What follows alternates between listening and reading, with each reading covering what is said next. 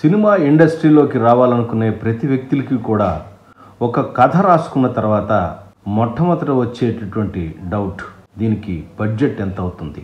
మీరు రాసుకున్న కథకి ఎంత బడ్జెట్ అవుతుందో మీరు తెలుసుకోవాలనుకుంటున్నారా?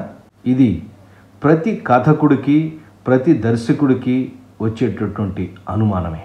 మీరు రాసుకున్న కథకి ఎలా బడ్జెట్ వేసుకోవాలి, అసలు బడ్జెట్ని ఏ అంశాల మీద వేస్తారు, బడ్జెట్లో ఏ అంశాలను మనం కన్సిడర్ తీసుకోవాలి, ఎవరెవరికి మనం డబ్బు ఖర్చు పెట్టవలసి ఉంటుంది, ఇలా బడ్జెట్ గురించినటువంటి పూర్తి సమాచారాన్ని దాదాపుగా నేను 3 ఎపిసోడ్లో క్లియర్గా ఎక్స్ప్లెయిన్ చేయడానికి ప్రయత్నించాను.